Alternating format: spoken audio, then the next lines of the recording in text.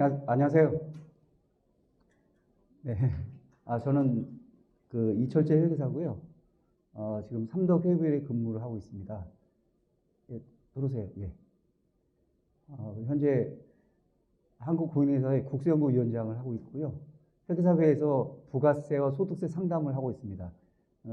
주로 상담은 회계사님들 질문을 하시는 거 답변하고 있고요. 국세청의 국세업무교육원에서 부가세 강의를 하고 있습니다. 만나서 반갑고요.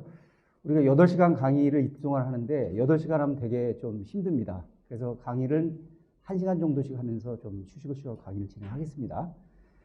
자, 이틀 강의 교육 강의할 내용 받으셨죠? 앞에 보시면 오늘 강의할 내용은 주로 이제 회사면 부가세는 두 가지 측면입니다. 일단 회사에서 재화용익을 매입하거나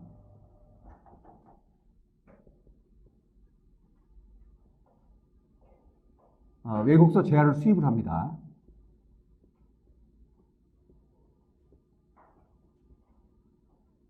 그러면 이때 보통 부가세 매입세가 생겨요. 매입세 발생. 그러면 부가세법에서는 매입세액을 일단 공제할 거냐 말 거냐, 그게 이제 핵심적인 문제입니다. 매입세액을 공제할 거냐. 원칙은 다 공제해 줍니다. 원칙. 거래할 때 세금계산서를 받았거나 신용카드 등을 쓰게 되면 매입세 공제를 하는 게 원칙입니다. 다만 예외적으로 법에서 이런 경우는 공제할 수 없다. 불공제. 불공제 대상은 법이 열거되어 있습니다. 열거. 그러니까 일단은 두로는 문을 통제하죠. 그 다음에 이 회사가 구입한 재화 용역을 가지고 제조 가공, 유통을 시키죠. 유통. 그러면 이 회사가 재화 용역을 공급할 겁니다.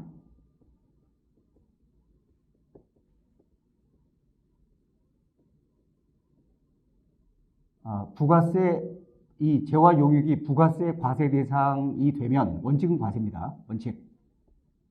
부가세 과세. 다만 법에서 열거된 거 예외. 법에서 이것은 과세 안 한다. 면세로 열거된 것들. 이건 법이 열거돼 있어요. 열거. 이건 면세입니다. 이거 아니면 다 과세예요. 일단은 오늘 강의는 이쪽 부분을 중심으로 강의할 겁니다. 재화 용역을 공급했을 때 무엇을 과세하냐? 첫 번째 뭐죠? 과세 대상. 오늘 교재 첫 번째 거죠? 교육 보시면 제일 처음에 무엇을 과세할 거냐? 첫 번째 과세 대상. 첫 번째는 과세 거래 또는 과세 대상.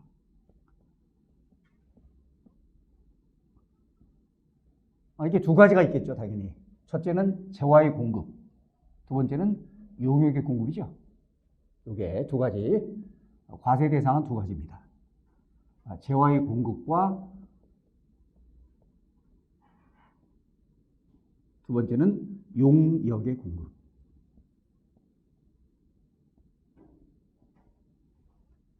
그럼 보통 재화의 공급이란 것은 물건을 파는 거죠. 그런데 팔지 않고 회사 내부에서 써도 과세하는 것이 있어요. 특수한 겁니다, 그게. 여기 재화 공급의 특례사항이에요. 그러니까 재화의 공급은 진짜 물건을 파는 거, 실질 공급.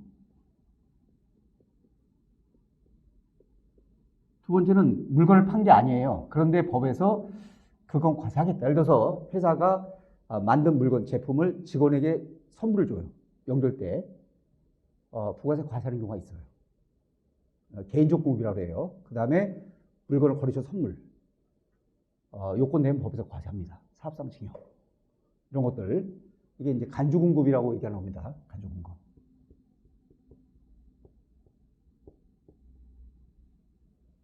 그래서 이 과세거래에 대해서 먼저 공부를 할 거예요, 오늘. 첫 번째. 재화 용역 공급이죠, 첫 번째가. 두 번째는 재화 공급의 특례. 요게 이제 재화 공급 특례입니다. 재화 공급의 특례.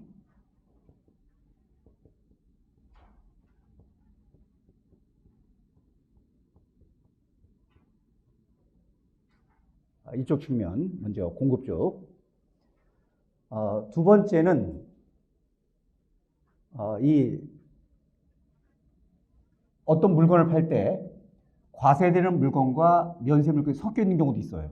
이렇게 포장해서 한 단위로 파는데 여기 이 물건 안에 과세도 있고 과세 대상도 있어요. 그 다음에 면세 대상도 섞여 있다. 이것을 묶어서 포장해서 한 단위로 파는 겁니다. 가격은 뭐 5만 원. 그러면 이 중에서 얼마를 과세할 거냐, 얼마를 면세하고 구분해야죠. 그런 문제를 다룰 거예요. 그게 바로 부수 제하의 문제입니다. 부수 제하 용역. 그 강의 안내서에 있죠. 강의 안내서 부수 제하 용역.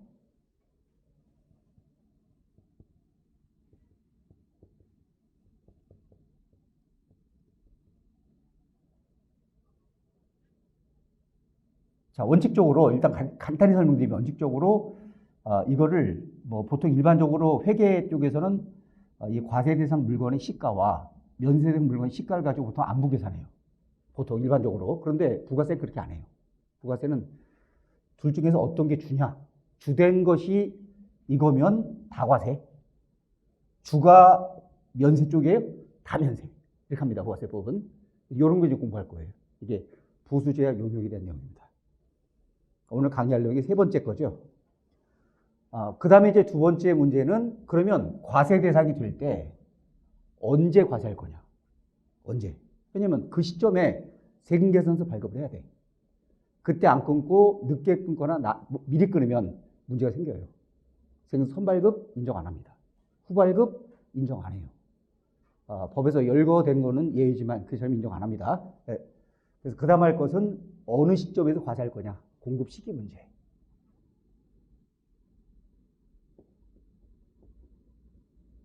공급 시기가 되게 중요하죠. 부가세법은 1월 1일부터 6월 말에 1기라고 불러요.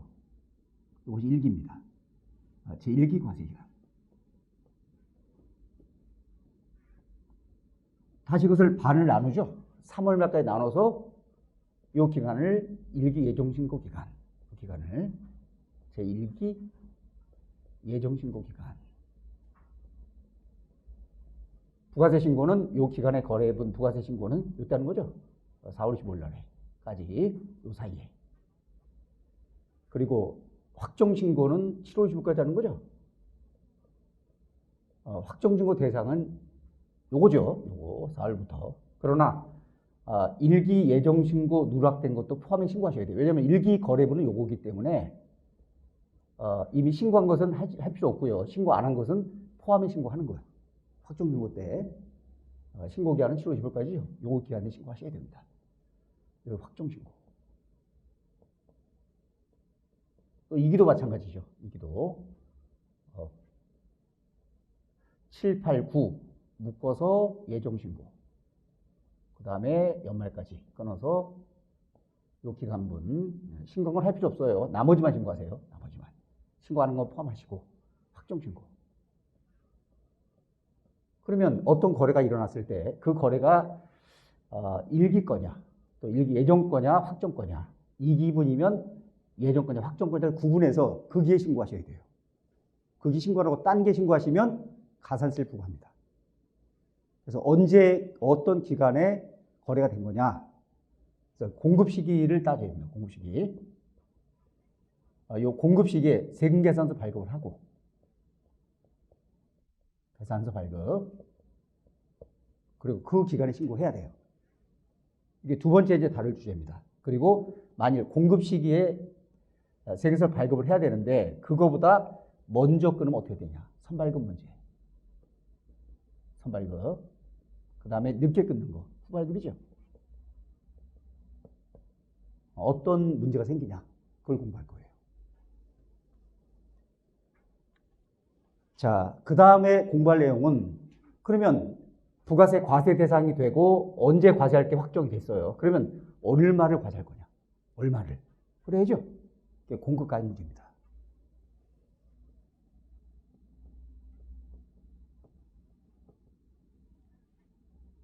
자, 물건 팔 때 판매가가 100만 원.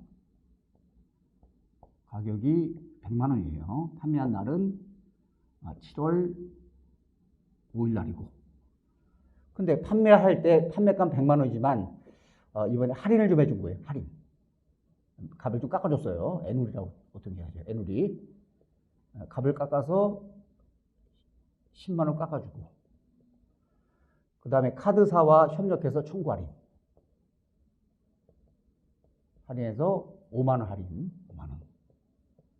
카드사하고 회사하고 나눠서 부담해요. 카드사 30%, 우리 회사가 70%.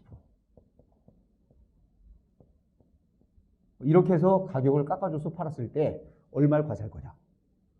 이런 거 공부해야죠. 이게 이제 공급가액 문제입니다. 그리고 공급가액은 건건 거래 때 거래 금액이에요. 이걸 합치면 과세 표준이에요.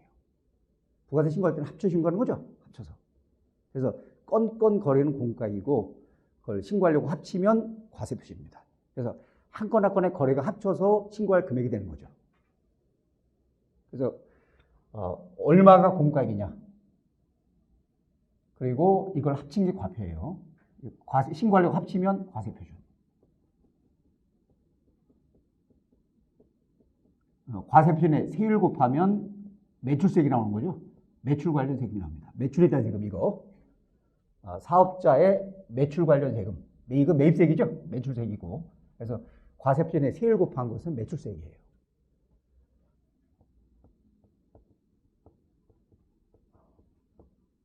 세율은 두 가지가 있죠. 보통은 세율은 10%죠.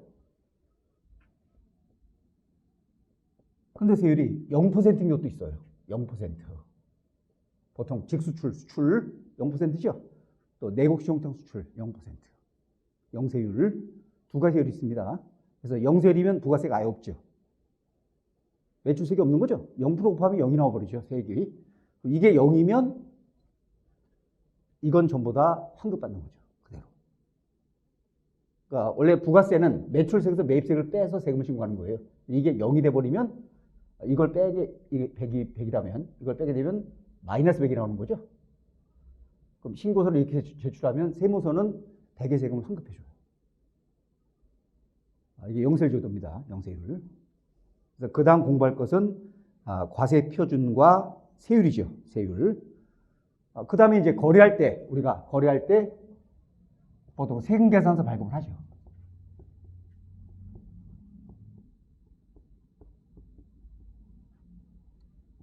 근데 이 공급하는 물건이 부가세 면세 물건이면 면세 그때는 세금계산서도 안 끊어요.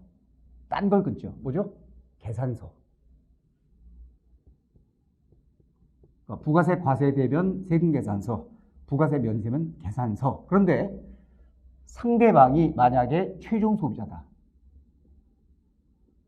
최종 소비자는 거래하는 업종이 있죠. 예를 들어서 소매점, 음식점 이런데 그런 경우는 세금세를 끊는 것 자체가 불편해요. 왜냐하면 소비자들은 세금계산을 받아봤자 매입세 공제를 못 받죠. 증빙도 필요 없는 거예요. 일반 소비자들은. 그래서 아무 의미가 없어요.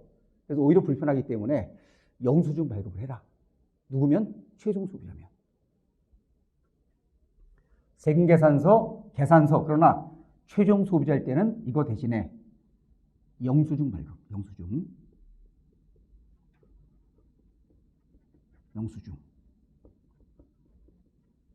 영수증은 발급 안 해도 불이익이 없습니다. 발급을 하더라도 세무서에 자료 제출하는 것이 없어요. 영수증은. 세금계산 자료 제출해야죠. 보통 전자로 끊죠. 전송을 해요. 국세청 전송해야죠. 계산 마찬가지입니다. 세금계산서와 계산서를 어떻게 끊는 거냐. 이 문제. 또 영수증 문제. 그 다음에 법에서 이런 경우는 세금계산서 발급하지 마라. 면제하는 것이 있어요. 세금계산서 발급 의무 면제. 여기까지가 이제 오늘 이제 공부할 내용이에요. 오늘 여기까지가. 우리 교재 강의 안내서에 돼 있죠? 안내서에. 자, 강의 시작 전에 한 가지만 여쭤보고 강의를 진행하겠습니다. 부가세 강의 처음 들으신 분, 한 손 들어보세요. 이렇게 많으시네요. 네, 반 정도 되시네. 네, 강의 쉽게 해서 좀 어려운 것까지 강의를 하겠습니다. 자,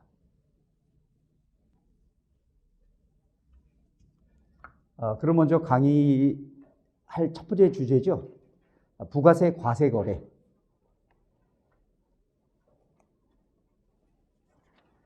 예, 교재 266페이지입니다.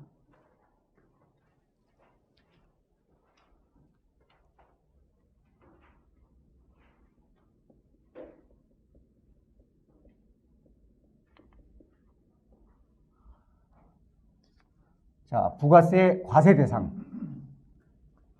부가세 무엇에 과세합니까? 세 가지죠. 첫째, 재화의 공급. 밑에 보시면 박스.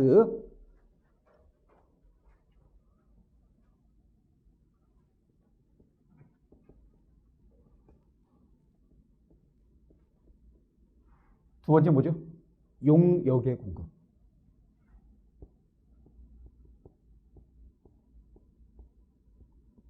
세 번째는 재화의 수입이죠.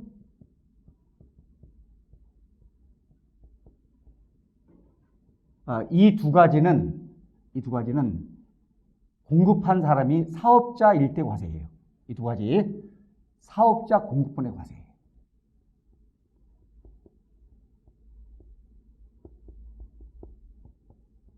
따라서 비사업자 공급은 과세를 안 합니다. 뭐의 과세예요? 사업자 공급의 과세. 266페이지 266. 자, 요즘엔 당근마켓 아시죠? 내가 우리 집에 쓰고 있던 물건을 당근마켓에 통해서 팔았어요. 노트북 컴퓨터 쓰고 있다가 이제 교체하면서 기존 쓰고 있던 거 판 거예요. 집에서 쓰고 있던 노트북 컴퓨터예요. 부가세 과세입니까? 아닙니까? 노트북 컴퓨터도 뭐죠? 재화입니다. 그런데 공급한 사람이 사업자로 판 게 아니고 집에서 쓰고 있던 물건이에요. 사업자가 아닌 거죠? 부가세는 없지 당연히. 과세 안 하는 거죠? 그래서 중요한 문제는 부가세는 반드시 사업자 공급에 과세하는 거예요. 사업자.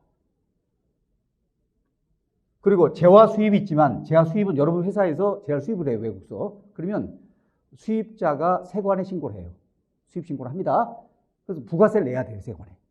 납부하면 세관은 수입자한테 수입세금계산서 발급을 해줘요. 세관장이.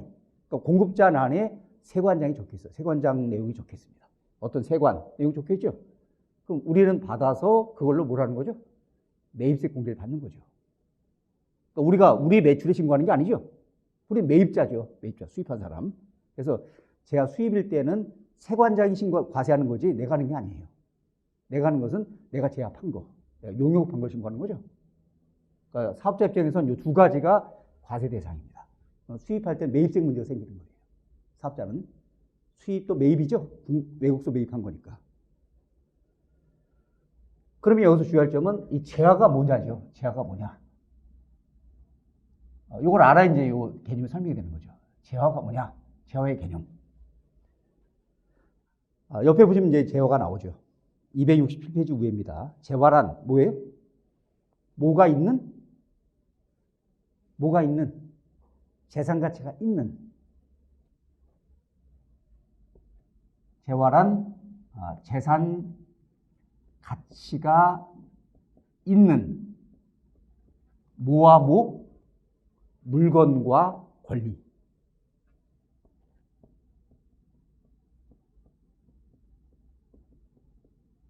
이게 재화의 개념이에요.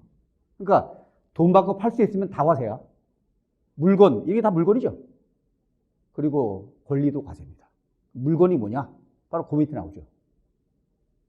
뭐가 물건이에요? 첫째, 형체 있는 모든 물건. 뭐죠? 유체물. 두 번째, 형체 없는 물건. 다 과세야. 그러니까 부가세법은 모든 걸 다 과세해요. 법에 면세로 열거된 것만 빼고 다 과세야.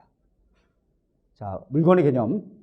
상품, 제품, 원료, 기계, 건물 등 모든 유체물. 다 과세. 전기도 과세입니다. 부가세. 가스, 열 같은 관리할 수 있는 자연력. 과세. 권리도 과세죠. 권리. 회사 갖고 있는 여러 가지 권리들이 있죠. 뭐 광업권, 특허권, 저작권 등등 재산적 가치가 있는 모든 것 다 과세입니다. 물건 아닌 것들 다 과세예요. 결국 부가세법은 모든 걸 다 과세하는 거예요. 면세 빼고 다 과세입니다. 결국 이렇게 판단하는 거죠. 부가세 과세 대상은 사업자가 공급하는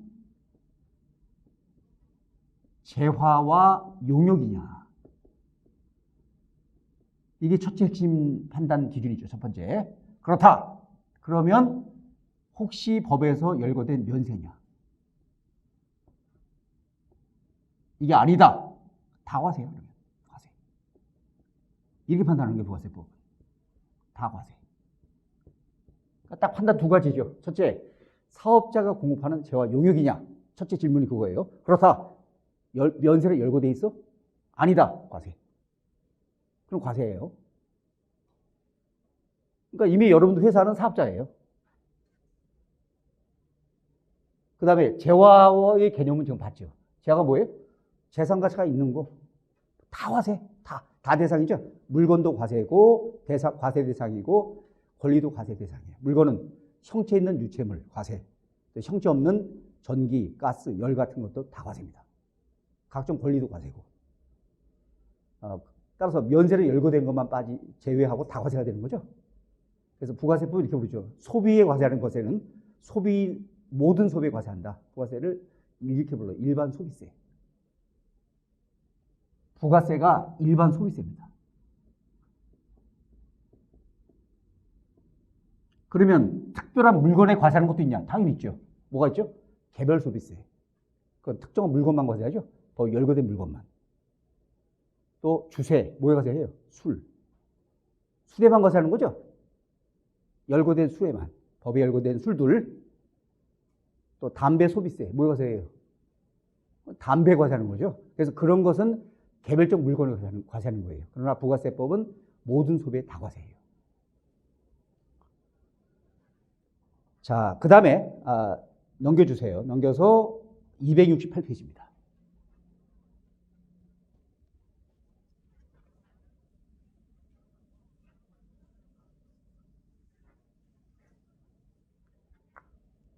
자, 이 재화를 판단할 때 좀 주의해야 될 점이 유가증권이에요.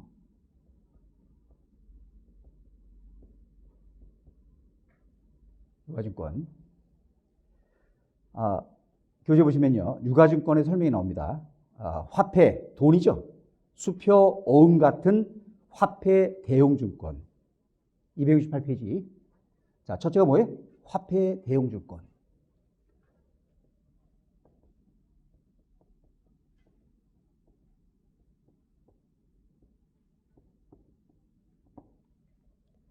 이건 재화로 안 봅니다.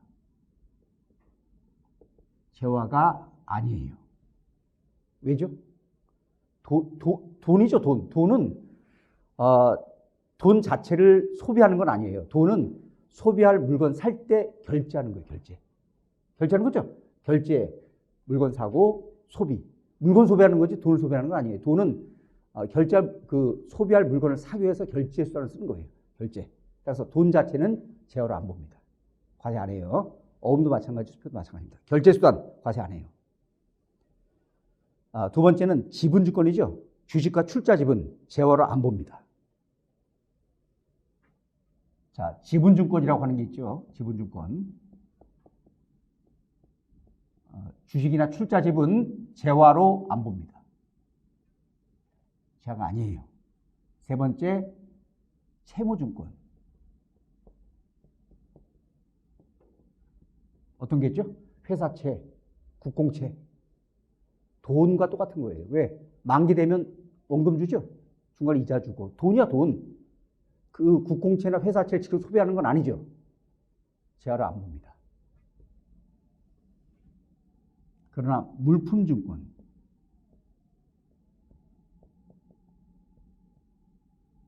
증서에 물건이 표시가 돼 있어요. 그걸 팔게 되면 거기 표시된 물건판과 똑같은 효과가 생겨요. 그건 과세입니다. 과세. 어떤 게 있죠? 대표적인 것이 창고증권. 창고증권.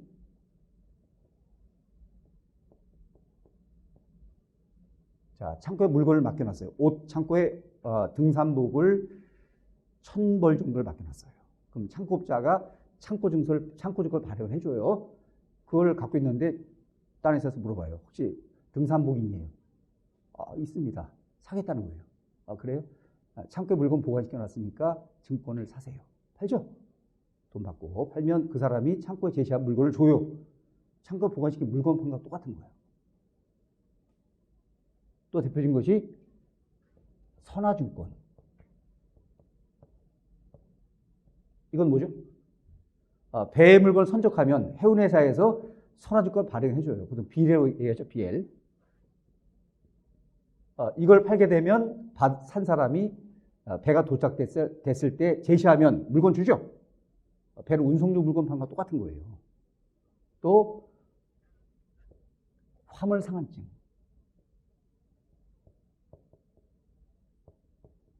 이건 이제 배에 선적된 물건이고, 이거는 기차 같은 선적된 물건에 대한 거예요. 기차에 적재된 물건. 기차로 물건을 보내요. 부산으로. 그러면 철도공사가 화물상한증 마련을 해줘요.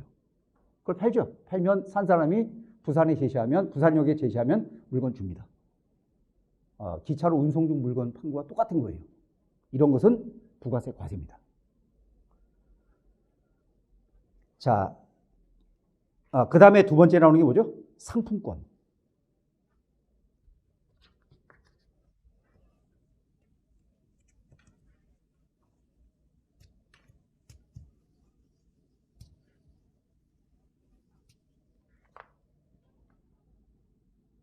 자, 우리 회사가 어떤 업체로부터, 어떤 사업자로부터 상품권을 매입을 한 거예요. 권을 매입을 했어요. 직권 명절 선물로 줄 거예요, 상품권. 액면가는 10만원짜리 상품권이에요. 액면. 이것을 이 사업자가 8만원씩 판다는 거예요. 그래서 할인해서 8만원에 매입을 했죠. 8만원. 우리는 사서 이걸 직원에게 선물로 줬습니다. 그래서 직원에게, 임직원에게 선물을 줬어요. 상품으로. 근데 이쪽 사업자 하는 말이 8만 원에 부가세 8,000원 달라는 거예요. 그래서 세금 계산서 끊어주겠대. 여기서. 진짜 끊어준 거예요, 세금서를. 세금 계산서 금액은 8천만 원. 그리고 부가세는 800만 원. 직원 한 1,000명 정도 돼서 이렇게 해서 받은 거예요. 받아서 이걸로 매입세 공제를 받은 거예요.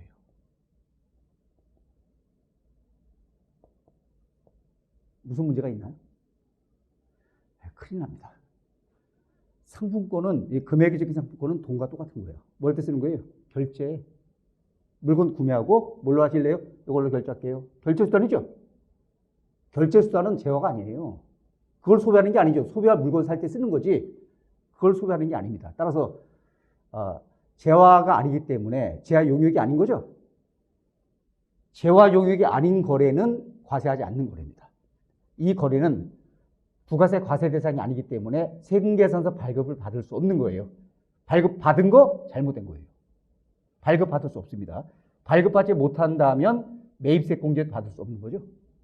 매입세 공제 받은 거 세무서 이렇게 처리해요. 이게 밝혀지면 세무서는 부가세를 받아서 냈죠. 800만 원을. 내고 이쪽은 환급받고 공제받았죠. 매입세 공제.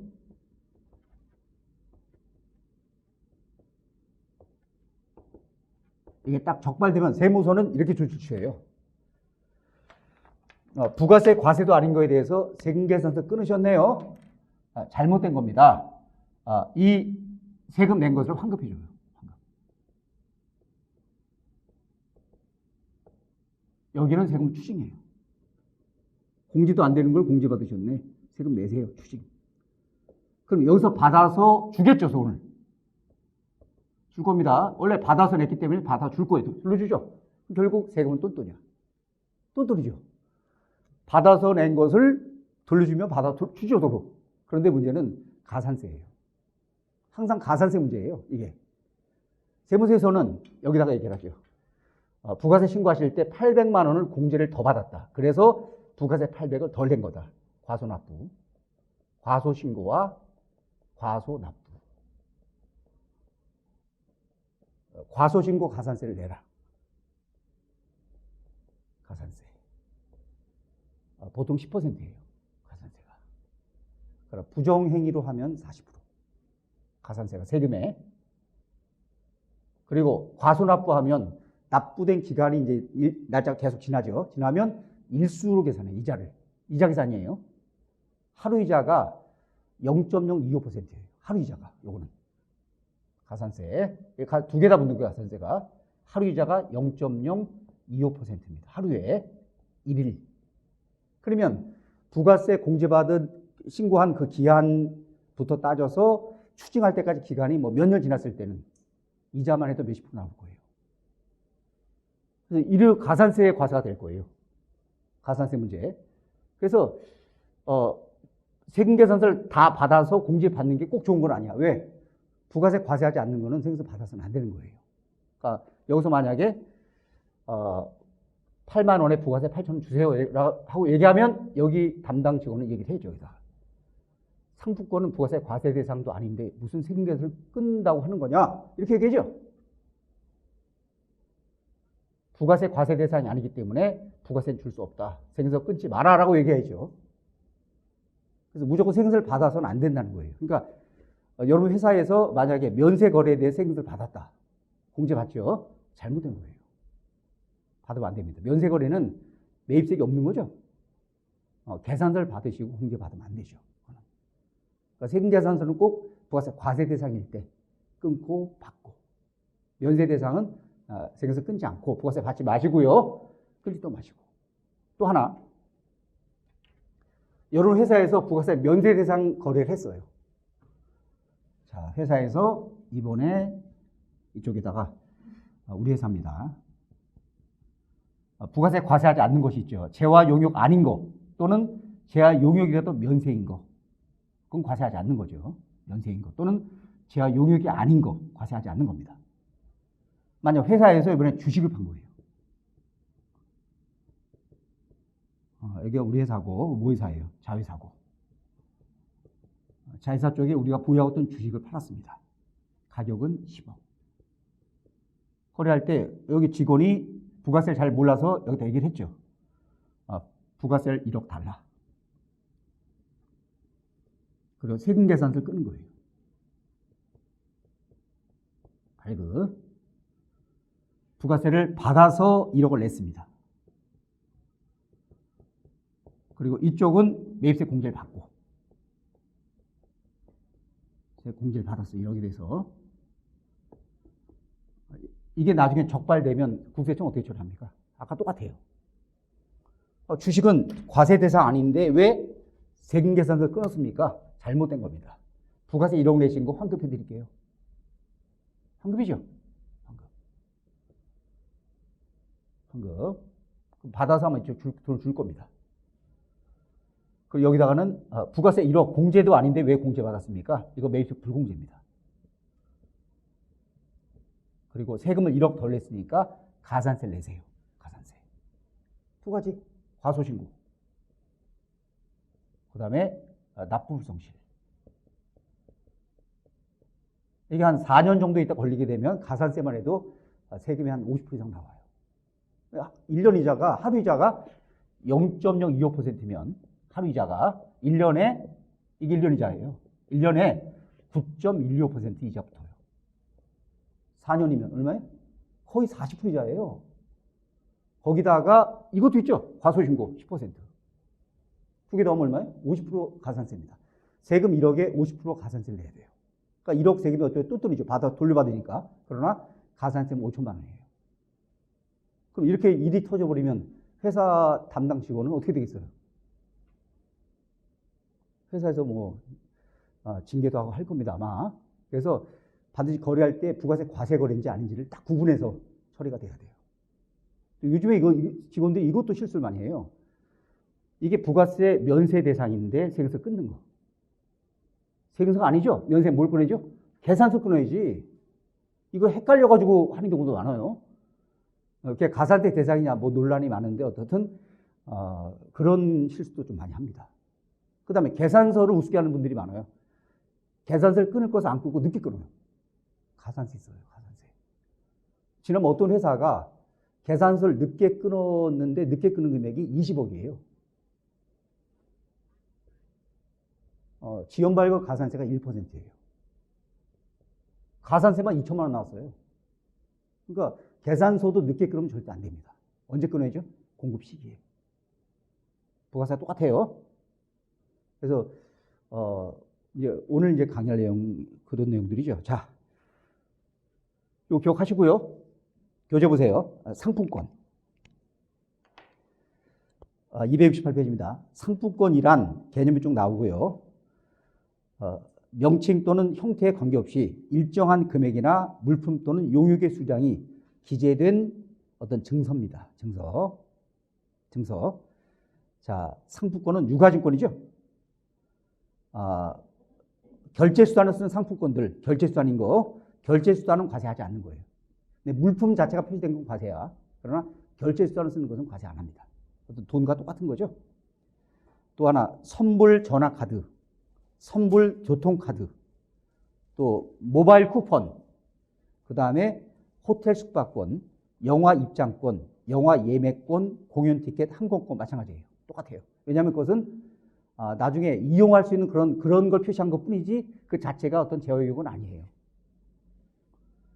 자, 상품권은 제어가 아니므로 상품권을 구입하면서 세금 계산서나 현금 영수증을 발급받는 경우에도 매입세 공제를 받을 수 없다고 되어 있죠? 공제 안 됩니다. 기억하시고요. 자, 넘기겠습니다. 넘겨서 272페이지. 3번을 봐주세요. 3번 괄호입니다.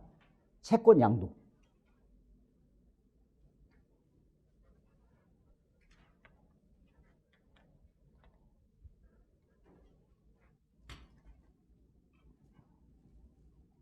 자, 이번에 우리 회사가 자금을 좀 확보하기 위해서 물건 팔고 갖고 있던 채권이 있어서 매출 채권. 매출 채권 중 일부를 매각을 한 거예요. 매출 채권 매각. 팩토링 같은 거죠. 채권을 매각했어요. 매각. 채권 금액은 100억인데 이것을 95억에 판 거예요. 매각은 95억에 매각을 했습니다. 자, 세금 계산서 끊어야 됩니까? 안 끊어도 됩니까? 안 끊어야 됩니까? 이걸 따져야죠. 이 채권은 재화나 용역에 해당되냐? 채권은 재화입니까? 채권이 뭐죠? 돈을 받을 권리. 돈을 받을 거죠? 그거는 약속된 날이 되면 돈을 받는 거죠? 돈이야, 돈. 물건이 아니죠. 따라서 재화 개념인 물건에 해당되지 않는 거예요. 또 권리는 사용 가능한 권리를 말하지 돈 받을 권리가 아닙니다. 아까 그 권리는 사용 가능한 어떤 권리 같은 거죠. 특허권, 상품 이런 것들. 그래서 이거는 돈을 받을 그런 성격의 것이지 재화에 해당되지 않는 거예요. 물건도 아니고 권리도 아니에요. 따라서 채권 양도는 부가세 과세 대상이 아닌 겁니다. 그러니까 판단할 때 이걸 따져야 돼요. 소비 가능하냐? 소비 가능하지 않죠, 채권은. 따라서 채권 양도는 부가세 과세 대상이 아닌 거예요. 교재. 외상매출금, 대금 같은 채권은 돈을 받을 권리이므로 직접 소비 대상이 되지 아니한다. 따라서 금전채권을 양도한 경우에는 부가가치세를 과세하지 아니한다. 과세 안 하는 거죠. 따라서 95개 팔 때 세금계산서 발급하지 않는 겁니다. 그러면 계산서 끊는 거예요? 발급해야 해요. 계산서. 계산서도 똑같아요. 계산서도 사업자가 공급하는 재화 용역 중에서 부가세 과세하지 않는 거, 거기서 끊는 거예요. 따라서 채권 자체는 재화 용역이 아니기 때문에 계산서 발급 대상도 아닌 거죠. 재화 용역에 대해서 끊는 거예요. 계산서도. 재화 용역이 아닌 거죠. 그래서 세금계산서 말고 딴 거, 뭐 입금표라든지 이런 걸 하시면 되는 겁니다. 계산서 발급 대상도 아닌 거예요. 이거는. 딴 증빙, 그냥 증빙. 딴 걸로 하세요, 준비를. 자, 넘겨서 274페이지입니다. 뭐가 나오죠? 274페이지 제일 위에 5번입니다. 뭐요? 비트코인, 가상화폐. 그러면 가상화폐를 사서 팔았다. 계속 반복해 팔았어요. 부가세 과세 합니까? 안 합니까? 자, 가상화폐.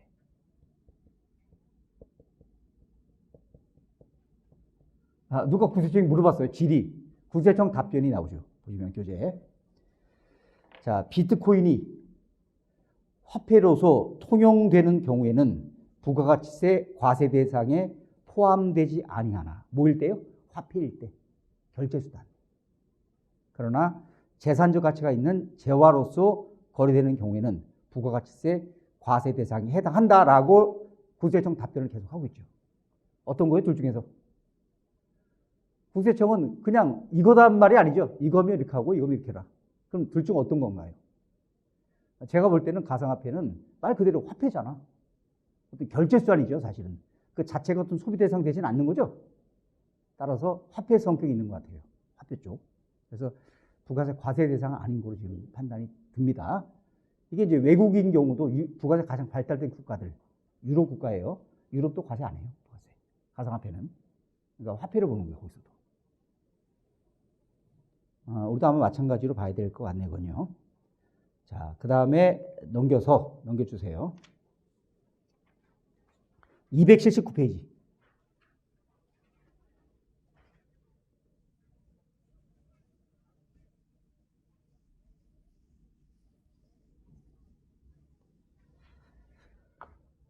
자, 이제 공부할 것은 지금 우리 재화가 뭔지는 봤죠. 재화가 뭐냐? 봤어요. 그 다음 할 것은 재화의 공급이 뭐냐. 이제 공급까지.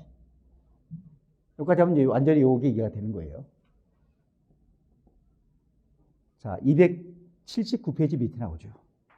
재화의 공급은 무슨 상에? 계약상 또는 법률상의. 자, 재화의 공급이란 개념은 계약이나 또는 법률에 따라서. 무슨 원인이요? 모든 원인. 모든이죠.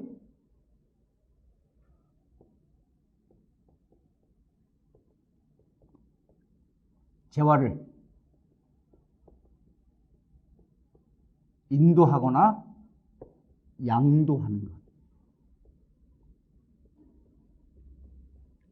이게 부가세법이 정한 재화 공급의 개념이에요. 그러니까 재판이 걸리면 법원선 다 이걸 판단해요.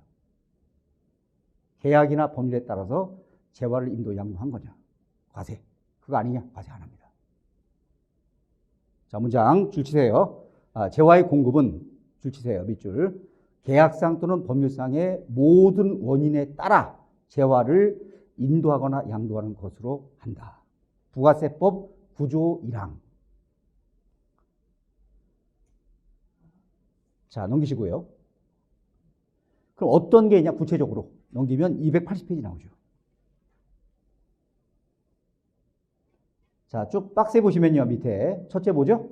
각종 계약에 따른 것이 있죠. 계약, 매매 계약, 다 과세야. 어떤 거래가 있어요? 현금 판매, 외상 판매, 할부 판매, 장기할부 판매, 조건부 판매, 기한부 판매, 위탁 판매, 기타 매매 계약에 따라 파는 거 다 과세야. 두 번째 뭔가요? 가공 계약. 가공.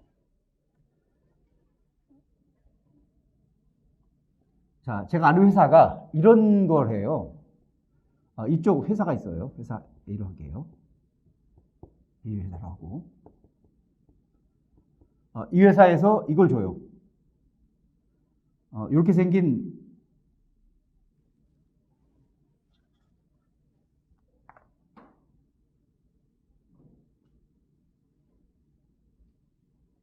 이렇게 생긴 거하고 코일을 줘요. 코일. 두 가지 줍니다. 주면 이 회사는 이걸 받아서 여기다가 이쪽의 요구대로 코일을 감아요. 호일을 감아서 전자 부품을 만들어서 테이프 붙여서 주는 거예요. 이렇게. 테이프도 이제 줘요. 다 재료는 다 줍니다. 테이프도 주고 다 줘요. 다 주면 이걸 가지고 이쪽은 오직 호일을 감아서 테이프 붙여서 전자부품 만들어 공급하는 일을 합니다. 자, 이 B회사는 재화 공급 업체인가요? 용역 공급 업체인가요? 이 B업체. 뭐 하는 회사예요? 이게 이제 누가 자재를 주면 그걸 가지고 가공하는 일을 하는 거죠. 가공업인데 내가 주요 자재를 조금이라도 부담하면 그건 재화 공급 사업이에요. 주요 자재를 전혀 부담 안 했다. 용역 공급 사업이야. 뭘 따져요? 주요 자재 부담했냐 아니냐. 이게 재화 유역 공급의 판단 기준이에요. 자, 교재 보시면 자기가 줄 치세요. 주요 자재의 전부나 일부를 부담하고 여기까지 포인트예요. 내가 주요 자재를 조금이라도 부담하고 그가 준 물건 가지고 뭘 만들어주면 재화 공급 사업입니다. 용역도 똑같은 문장이 나와요. 이렇게 되죠, 문장이. 자기가 주요 자재를 전혀 부담하지 아니하고 준 거로만 하면 용역 공급 사업이에요. 자, 이쪽 무슨 사업인가요? 이 제품의 주요 자재를 부담하지 않았죠. 뭐죠? 용역 공급 사업자예요.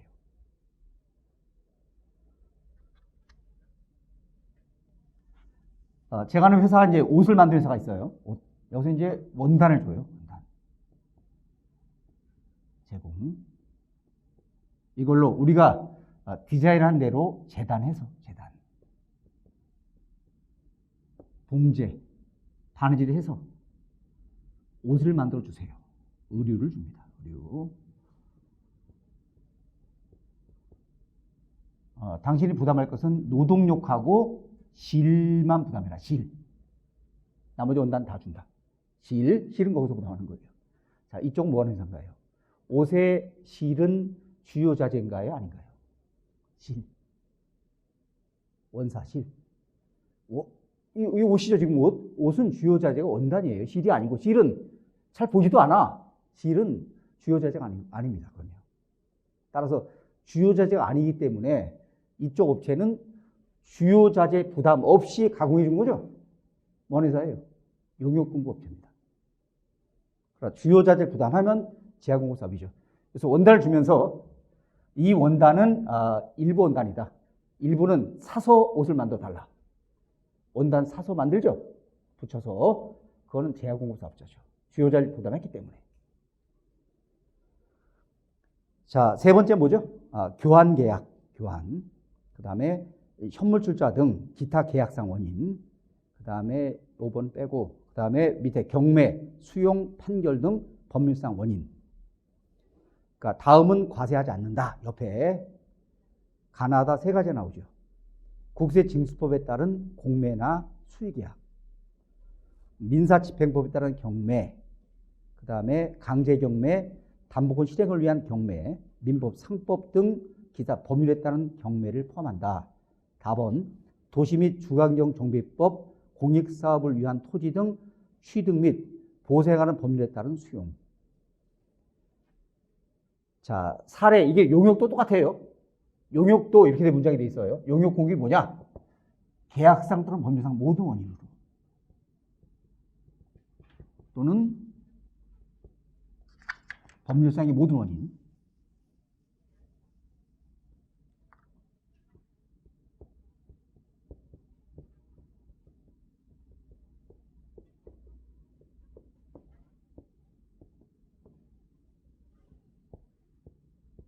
용역을 공급하는 거.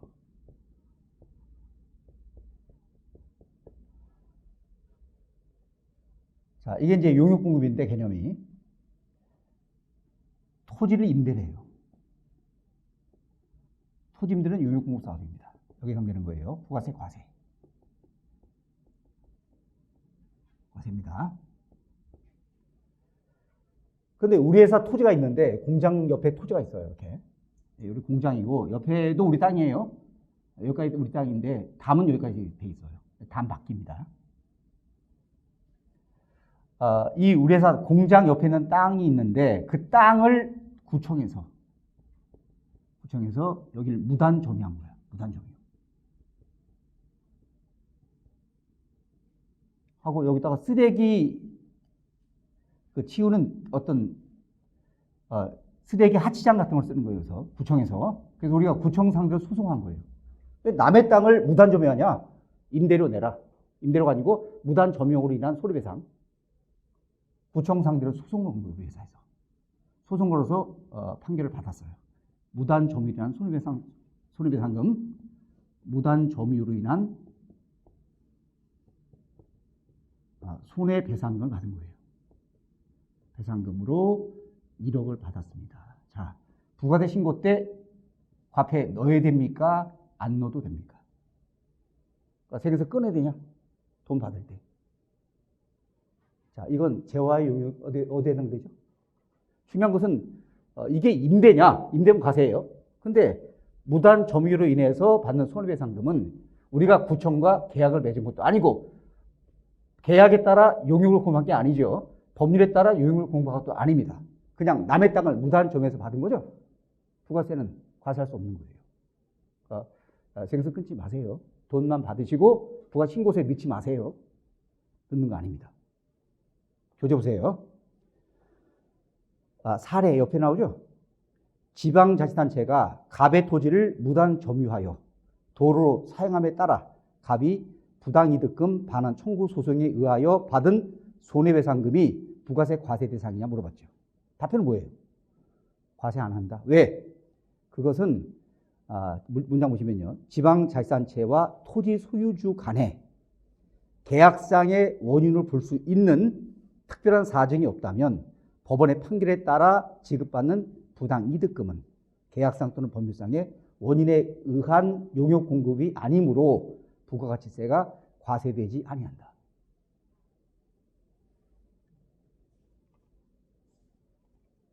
자, 넘겨서 285페이지입니다.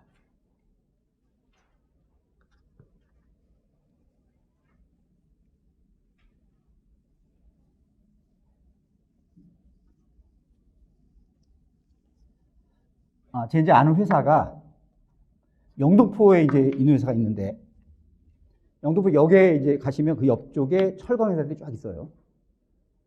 그래서 제 아는 회사는 그 철강 회사 쪽인데, 그 회사가 이런 일이 있었어요, 전에. A회사, B회사가 있습니다. B회사가 전화를 한 거예요. 친구예요, 사장끼리. 김 사장, 웬일이야? 혹시 철근 좀 있어? 왜? 손님이 왔는데 철근이 떨어졌네. 빌려주면 내가 팔고 나중에 갚을게, 사서. 그래, 그렇게. 철근을 빌려준 거예요. 철근을 팝니다.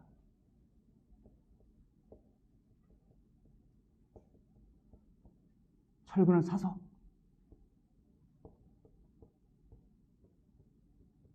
다시 갚죠. 나중에.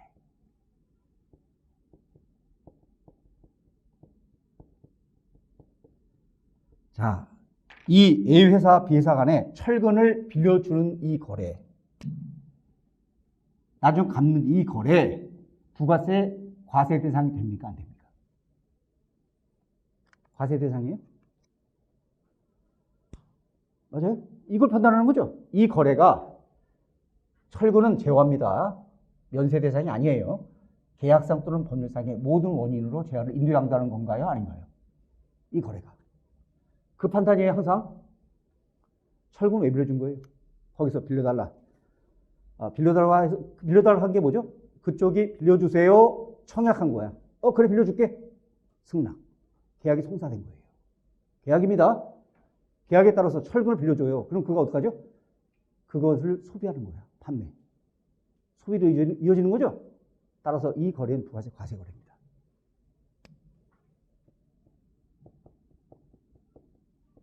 세금 계산 끊으시고 부가세를 받아서 내셔야 돼요, 부가세를. 그럼 매입세 공제를 받는 거죠? 왜? 사업 관련된 철근 매입이니까. 철근을 돌려줄 때 마찬가지 재화 부가세 과세 대상입니다. 대상이에요.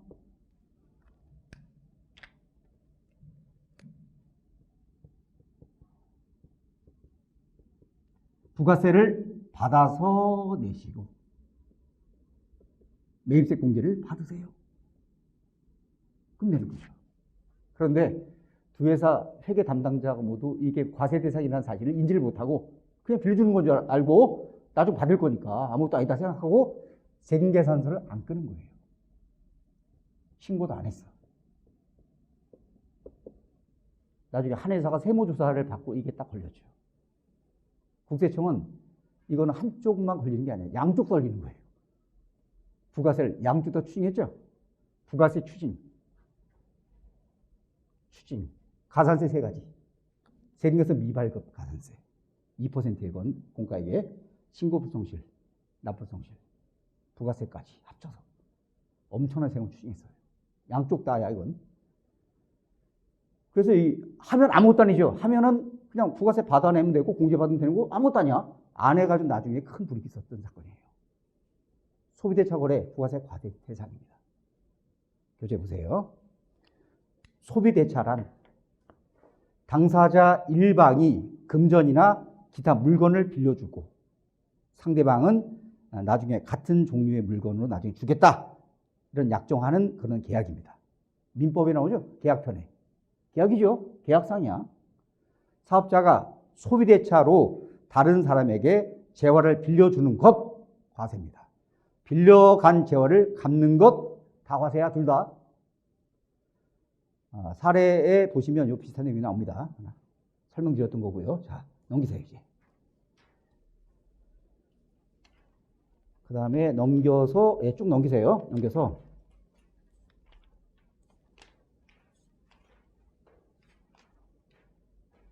(298페이지) 298. 자, 우리 회사가 A회사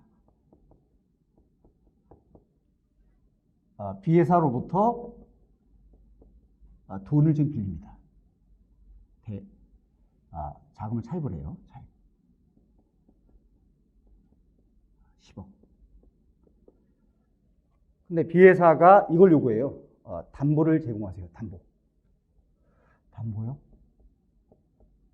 저희 공장 건물을 담보 제공할게요. 담보 제공. 공장 건물 담보 제공.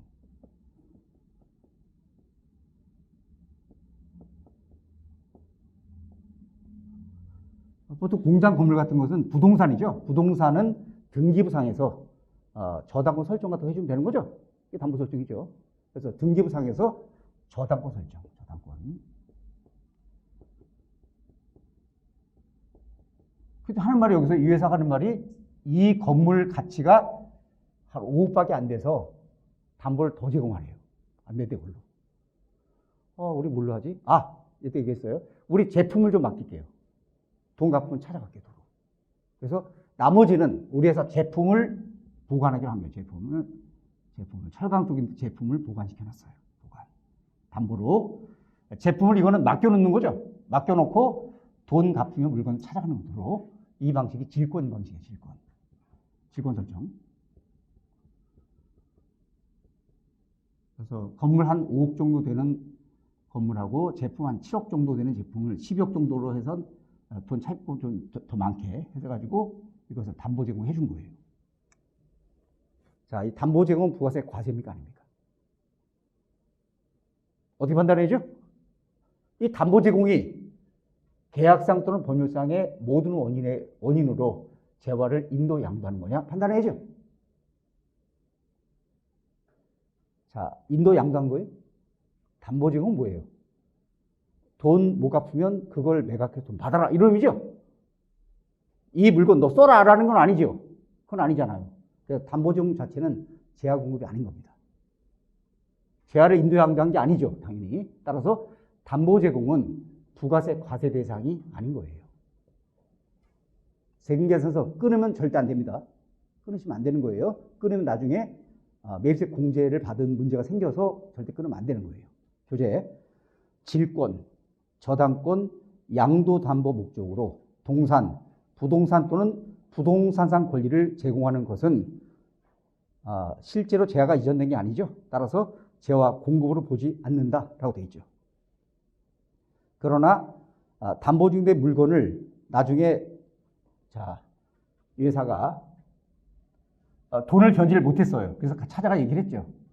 저 사장님, 죄송한데 저희가 돈 갖기 좀 어렵습니다.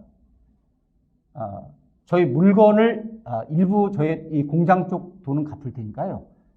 이 물건은 좀 5억 정도 돈은 갚을게요. 5억은 갚고 5억 정도 돈은 제품으로 소유권을 이전하면 안 될까요? 그렇게 하래요. 그래서 5억 돈은 갚고 5억 돈에 대해서는 제품을 소유권을 넘겨서 갚는 걸 한 거야. 부가세 과세입니까? 이제 5억 채권 대신에 이걸 넘기면 소유권이 넘어가는 거죠. 진짜로. 그건 과세죠. 그때 가서. 대물 변제하면 그건 과세야, 부가세. 그 설명이 담보 제공 끝부분에 나오죠. 그러나 담보 제공된 동산 등이 대물 변제돼서 소유권이 이전되면 그것은 과세입니다. 여기까지 설명 드리고요. 쉬었다가 강의를 진행하겠습니다.